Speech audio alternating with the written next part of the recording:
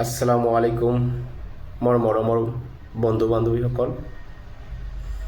আজি মই আপোনালোকক এটি দুখ লগা প্ৰেমৰ কাহিনী ক'বলৈ ওলাইছোঁ। যদি কাহিনীটো ভাল লাগে তেনেহ'লে লাইক কৰিব, কমেণ্ট কৰিব আৰু লগতে শ্বেয়াৰ কৰিব। এখন গাঁৱত এজন ল'ৰাই সেই একেখন গাঁৱৰে এজন ছোৱালীক বহুত ভাল পাইছিল।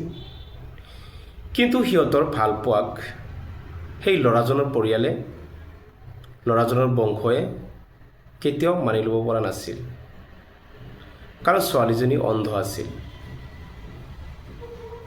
সেইবাবে ল'ৰাৰ পৰিয়ালে ছোৱালীজনক মানি ল'ব পৰা নাছিল আৰু ল'ৰাজনক সদায় বহুত টান কথা কৈছিল। কিন্তু সেইবোৰ কথাত কাণ নিদি ল'ৰাজনে সেই আগৰ দৰে ছোৱালীজনীক বহুত ভাল পাইছিল, নিজৰ প্ৰাণতকৈও বেছি ভাল পাইছিল। যেতিয়াই ল'ৰাজনে ছোৱালীজনীক লগ কৰিবলৈ গৈছিল, তেতিয়াই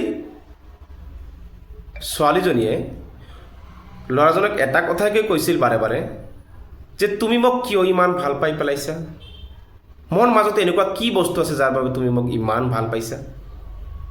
মোৰ দৰে এজনী অন্ধ ছোৱালীক বিয়া কৰাই তুমি তোমাৰ জীৱনটো ধ্বংস কিয় কৰিছা? তুমি বিচৰা সকলো মৰম বা সকলোবিলাক ভাল পোৱা মই তোমাক দিব নোৱাৰিম। সেয়েহে তুমি মোক পাহৰি যোৱা। তুমি মোক পাহৰি গৈ এজনী ভাল ছোৱালী আঁকোৱালি লোৱা, ভাল ছোৱালীৰ লগত তোমাৰ জীৱনটো আৰম্ভ কৰা। চাবা, তোমাৰ সংসাৰখন বহুত ভাল হ'ব, তোমাৰ জীৱনটো বহুত ভাল হ'ব। ছোৱালীজনীৰ কথা শুনি ল'ৰাটোৱে সদায় এটা উত্তৰকে দিছিল, এটা কথাকে কৈছিল, যে তুমি মোৰ প্ৰথম ভাল পোৱা, তুমি মোৰ জীৱনৰ প্ৰথম লগৰী। মই তোমাক কেতিয়াও পাহৰিব নোৱাৰিম। আৰু তুমি চিন্তা নকৰিবা, তোমাৰ দৃষ্টিশক্তি তুমি ঘূৰাই পাবা। মই তোমাক ঘূৰাই দিম তোমাৰ দৃষ্টিশক্তি। তুমি একো চিন্তা কৰিব নালাগে। মই আছোঁ নহয় তোমাৰ ওচৰত। মই সদায় তোমাৰ কাষত থাকিম। যোনে যিয়েই নকওক কিয়, মই তোমাক কেতিয়াও পাহৰিব নোৱাৰিম, কেতিয়াও পাহৰি নাযাওঁ, কাৰণ তুমি মোৰ প্ৰথম ভাল পোৱা। আজি যেনেকৈ তোমাক মই ভাল পাই আছোঁ, গোটেই জীৱন মৃত্যুৰ আগলৈকে তোমাক মই এনেকেই ভাল পাই থাকিম। তুমি চিন্তা নকৰিবা। আৰু এনেদৰে সিহঁতৰ মৰম ভাল পোৱা আগুৱাই গৈয়ে থাকিল। হঠাৎ এদিনাখন ল'ৰাটোৱে বুদ্ধি কৰিলে, এটা প্লান কৰিলে, যে ল'ৰাজনৰ যিখিনি মানে নথকা বুলিয়েই ক'ব পাৰি, যিখিনি জমি আছে বা মাটি আছে, সেইখিনি বিক্ৰী কৰি ছোৱালীজনীৰ চকুৰ অপাৰেশ্যন কৰিব। এইবোৰ বুদ্ধি কৰি কি কৰিলে, সি মাটি বিক্ৰী কৰি দিলে। মানে যিখিনি আছিল, নাই বুলিয়েই ক'ব পাৰি, যিখিনি আছিল সেইখিনি কি কৰিলে, বিক্ৰী কৰি দিলে।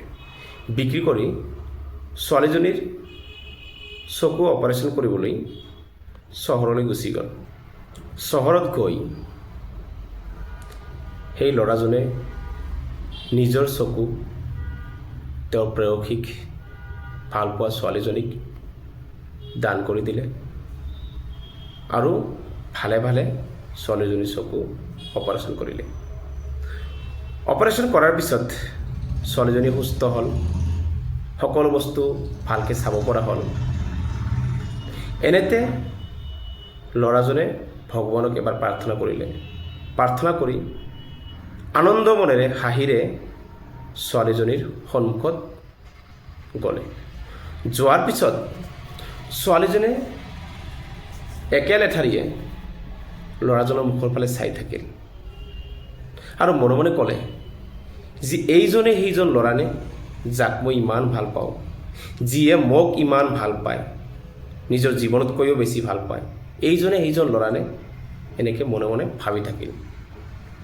থকাৰ পিছত এনেকৈ চাই থাকোঁতেই হঠাতেই ছোৱালীজনী ল'ৰাজনক ক'লে, তুমিয়ে সেইজন ল'ৰানে, মই যাক ইমান ভাল পাওঁ?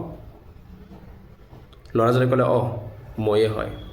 তেতিয়া ছোৱালীজনী ক'লে যে সম্ভৱ নহয়, মই তোমাক গ্ৰহণ কৰিব নোৱাৰিম। এজন অন্ধ ল'ৰাক মই মোৰ জীৱন লগৰী হিচাপে বাছি ল'ব নোৱাৰিম। তোমাক মই বিয়া কৰাই মোৰ জীৱনটো, সুন্দৰ জীৱনটো মই ধ্বংস কৰিব নোৱাৰিম। যোৱা, তুমি মোৰ জীৱনৰ পৰা আঁতৰি যোৱা, মই তোমাক ভাল নাপাওঁ। তোমাৰ মুখখন আৰু কেতিয়াও মোক নেদেখাবা। মই এইটো নিবিচাৰোঁ যে এজন অন্ধ ল'ৰাৰ লগত মোৰ জীৱনটো আৰম্ভ কৰি মোৰ সুন্দৰ জীৱনটো মই শেষ কৰি পেলাওঁ।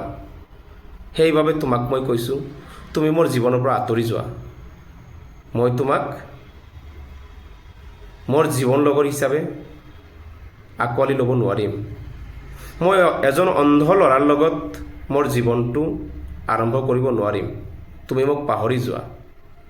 ছোৱালীজনীৰ এই কথাবোৰ শুনি ল'ৰাজনে জীৱনৰ শেষ পাৰলৈ এটা কৰুণ দুখৰ হাঁহি লৈ ছোৱালীজনীক ক'লে, মোৰ চকুজুৰি অলপ সাৱধানে ৰাখিবা। মই আৰু তোমাক কেতিয়াও আমনি নকৰোঁ।